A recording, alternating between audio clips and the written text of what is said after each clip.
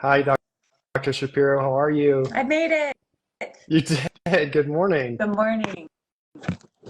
Um, Hi, everyone. My name is Mike. If you don't know me, I am the community manager here at Mindbloom. And every once in a while, we like to connect with some of our Mindbloom masterminds who are creating this incredible content for us on our platform. And Dr. Shauna Shapiro has created this incredible program called Beating Burnout. Um, Dr. Shapiro is a professor, she's a speaker, and she's a best-selling author of a book called Rewire Your Mind. Shauna, before we get started, I'd love to just hear a little bit from you and tell us a little bit about your background. Hi, I'm Shauna, Dr. Shauna Shapiro. I'm a professor, a mother, a writer, and a clinical psychologist. And I've spent the last 25 years studying the impact of mindfulness and compassion and other meditative practices on our mental and physical well-being. Um, and just feel really grateful actually to be partnering with Mindbloom. I feel like this is a whole new trajectory and really a pioneering area of mental health. We're so excited to have you. And if any of you who are watching have tried the program by Dr. Shapiro, it's incredible. We'd love to hear what you think. Feel free to drop some comments below. This has been one of our best performing programs. I think I actually just started it last Thursday, and it's been incredibly powerful for me. Um, so as we kind of get going, I'd love to understand a little bit more about what specifically drew you to want to work with Mindbloom specifically. Mm. Well, I think for me, what's become one of the most compelling and I think hopeful research discoveries in the last possibly 400 years of brain science is Hmm. neuroplasticity. Um, because what it does, and for me as a clinical psychologist working with people, what it does is it offers hope. It says you're not stuck. It's never too late to change. That all of us have the capacity to literally re-engineer, re-architect the very structure of our brain. And so I've been studying neuroplasticity and how meditation practices can help, carve out new pathways. And I think the kind of newer area of psychedelic assisted therapy is really helping to move that forward to find ways to optimize neuroplasticity. And I think that's what really drew me to Mindbloom and made me really excited about this project. Love that. Yeah. I think that we're learning more and more as people start to learn a bit more about psychedelic therapy and ketamine therapy in general, Hmm. the science behind it, the clinical outcomes behind it, combining that with these real world tactical examples of how we can build this foundation of resilience and emotional regulation. Um, it's limitless, our abilities to kind of grow with that. So I love Yeah, that. and what I would say is what's really important is the science. Mhm. And what I really appreciate about Mindbloom is that one, you've conducted, large scale clinical trials. But two, you're really paying attention. You're not just saying, oh, ketamine or this compound can cure is a cure all or can save everyone. What you're saying is there are effective ways to use this, and let's partner and leverage other people's expertise. So what I appreciated is I've been studying meditation and contemplative practices for 25 years. And what we've learned is that set and setting are important for all of this, and that how you prepare for an experience, what happens during the experience, and most importantly, what happens after the experience, the integration is Integration. is essential. And so many people are acting like, oh, if you just take this compound, you'll be saved. And really, what we're saying is, if you take this compound, you're going to open up your neuroplastic window. But then it's up to you. What are you going to put in it? And how are you going to take what you've learned and then integrate it? Because here's what's interesting. I'm a professor, so I'm really interested in how people learn. And what we've realized, what we've recognized through science is that insight doesn't translate into learning. You can have an aha moment, but it doesn't translate into learning. What actually translates into learning is practice. is literally carving out new pathways. And so it's so important to take the insights we have during therapy or doing during, ketamine assisted therapy and to translate those into action. And so that's why, we've created this course for burnout, because it teaches people not just why you're where you are, but how do you climb out of it? Hmm. And how do you create a whole new way of relating to yourself and to life? Beautifully said. Really beautifully said. I think this is important too to kind of just touch a little bit on the mind bloom method while you were speaking to that. I think that ketamine therapy, while it is very transformational, um, it is a drug. It is a medicine, and what the mind bloom method sort of encompasses is really thoughtful programs to help you integrate the experiences that you're having with the medicine, right? The insights that you're finding with the medicine. So you spoke to that really beautifully.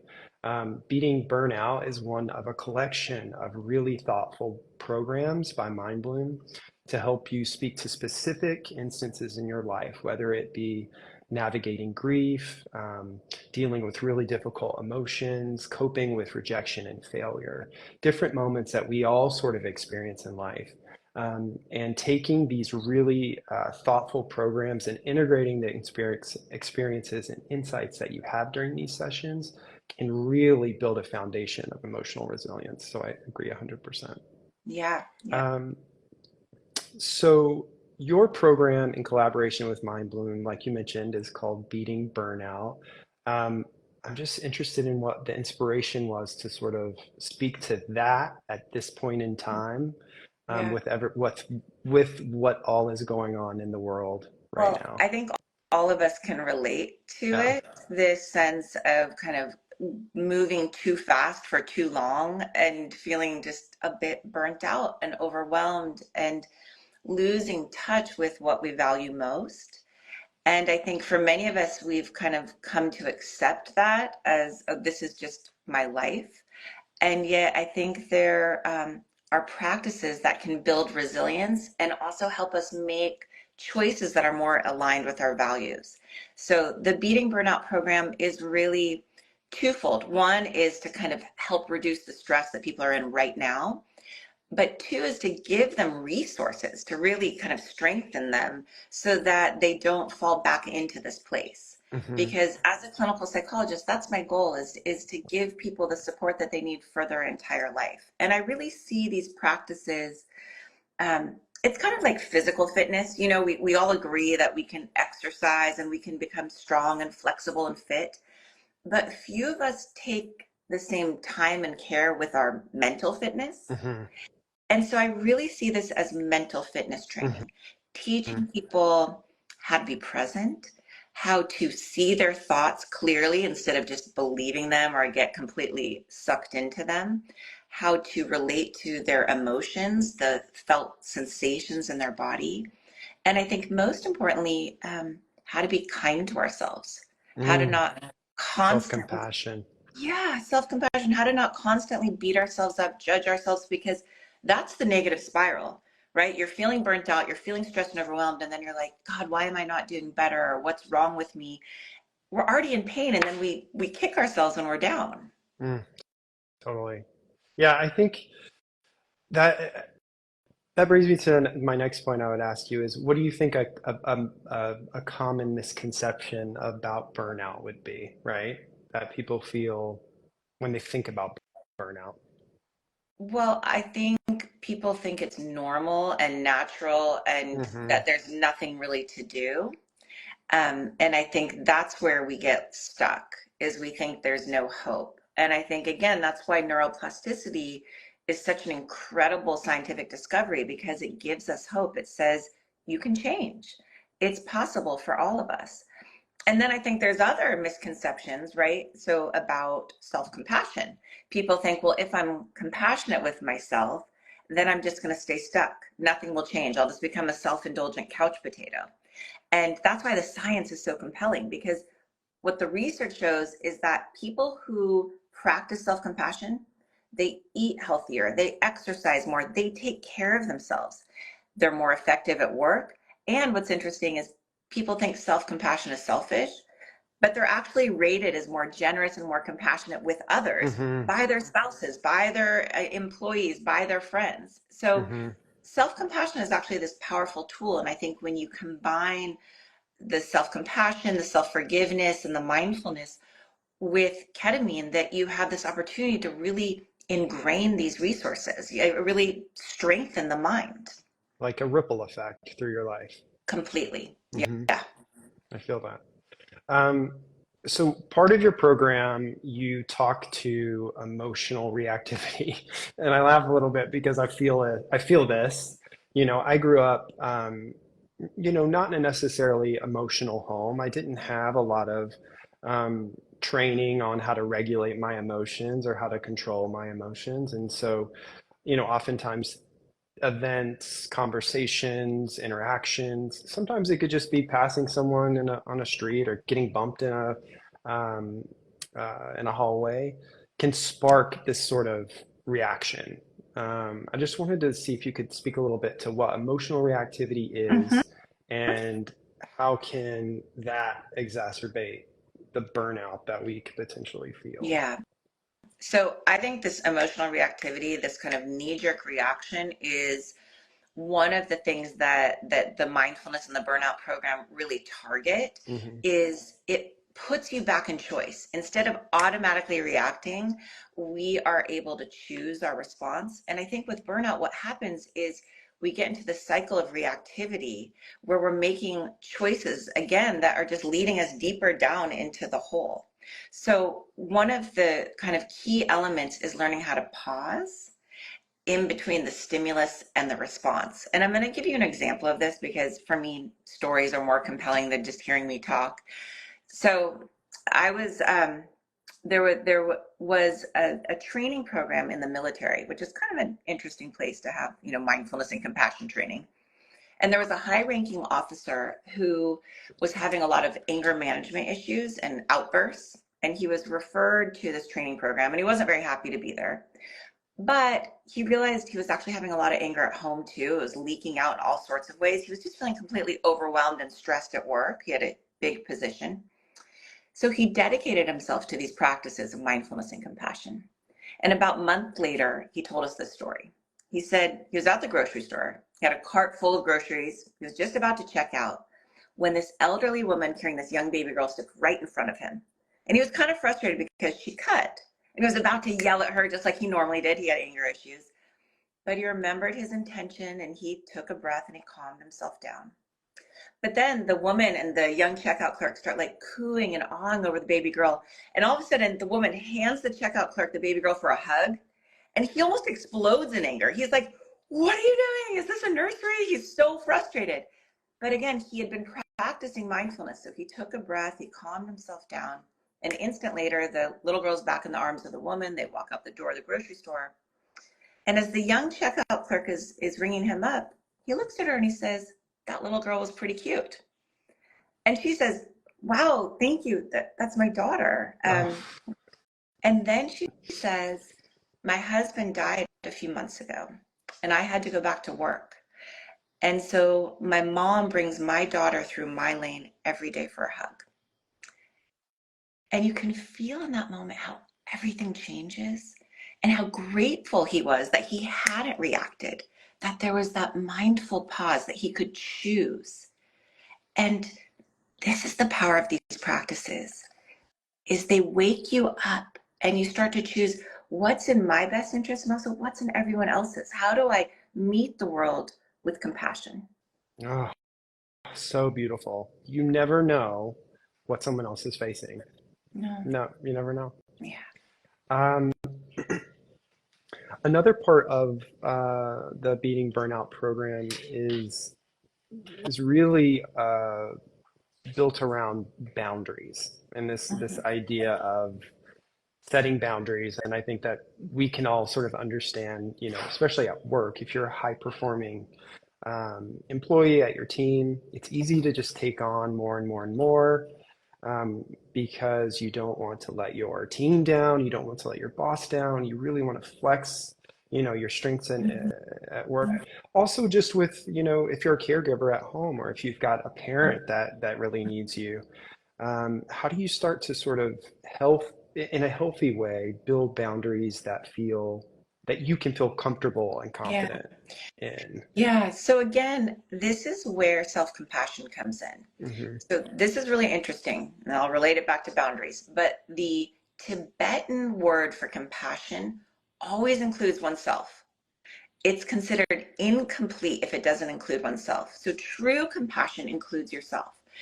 And I think people, when they set boundaries, often are afraid that they're being mean or they're not taking care of others or they're not doing a good job. And so, what I teach my patients and what I teach my clients and my students is as we learn to set boundaries from a very clean, clear, non reactive way, we're taking care of ourselves and we're taking care of others because then I'm giving you my best self, right? I Hmm. tell my students, I tell my children, I say, when I take time to meditate each morning, I'm not only taking care of myself, I'm taking care of you because Hmm. I know that I will be more present and more compassionate with you.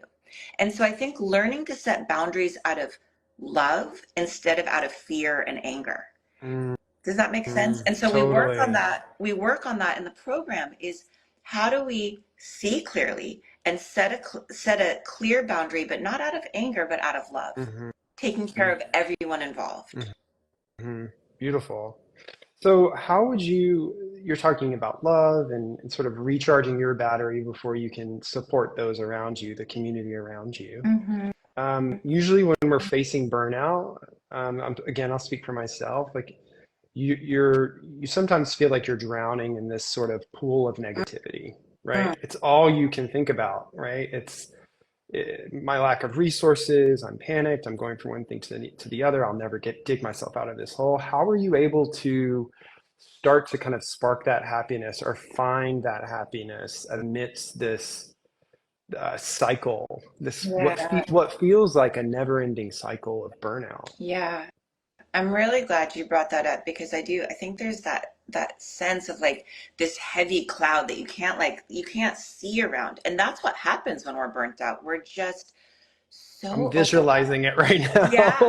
Yeah, And it's so very, yeah. the first step is really just to stop and breathe. Even right now, as you're with me or as you're listening, it's like just to put your feet on the ground and breathe and take a moment and say, this is hard, right? The first step is not to try to look for joy or happiness. It's actually to acknowledge where you are. This is hard. Yeah. This is a moment that's painful.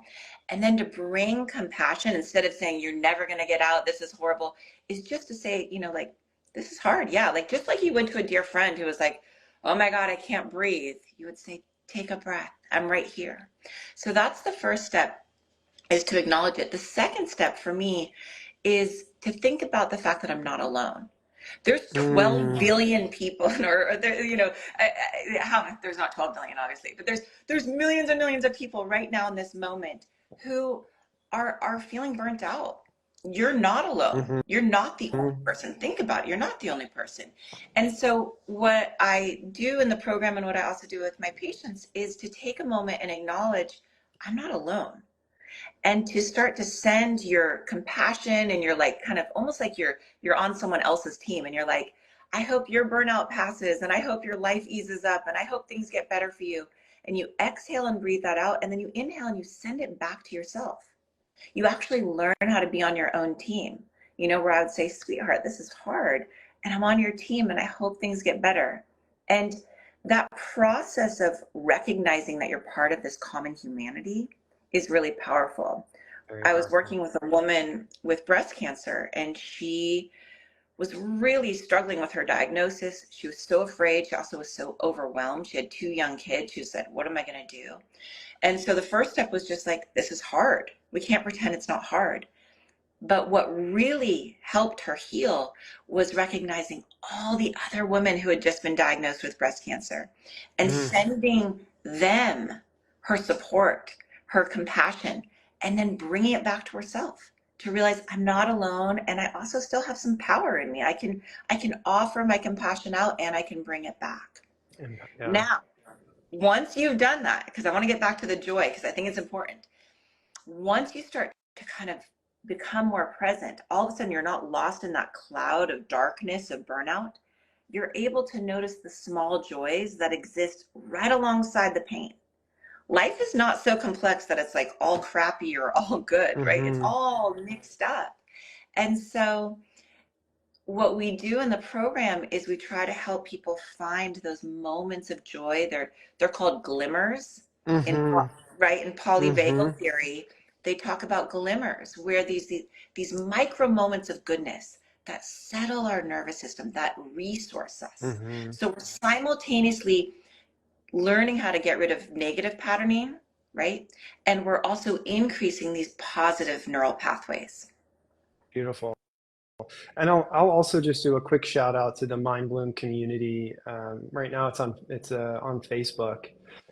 This community has been so incredible for me to work with and to be a part of because as you talk about sort of um, not feeling alone and sharing, a mutual experience.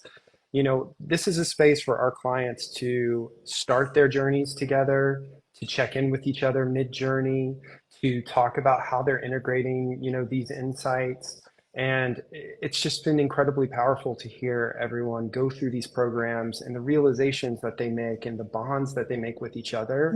Mm. It's a special place. And so, as we introduce this new content to the community, to all our clients, it's such a really special place to learn a little bit more about not only the science behind ketamine therapy and how it works, but also introduce them to resources and practices and really important, leaders like yourself that are shaping kind of how we learn how to deal with these things that a lot of us, myself included, never knew Mhm. before, right? We Yeah. never had that sort of training before now. Yeah. So, Beautiful. well, I know that we're nearing our time, Dr. Shapiro. So I just want to first send a very heartfelt thank you for taking the time out to meet with us and our community and teach us a little bit about where you came from. And we're so excited for your program again and to see the impact that it's going to have on our clients. Um, and I'll just leave you with maybe a moment to just let us know what excites you most about this work. What are you looking for most to next? Yeah. I think what excites me most is this message that it's never too late.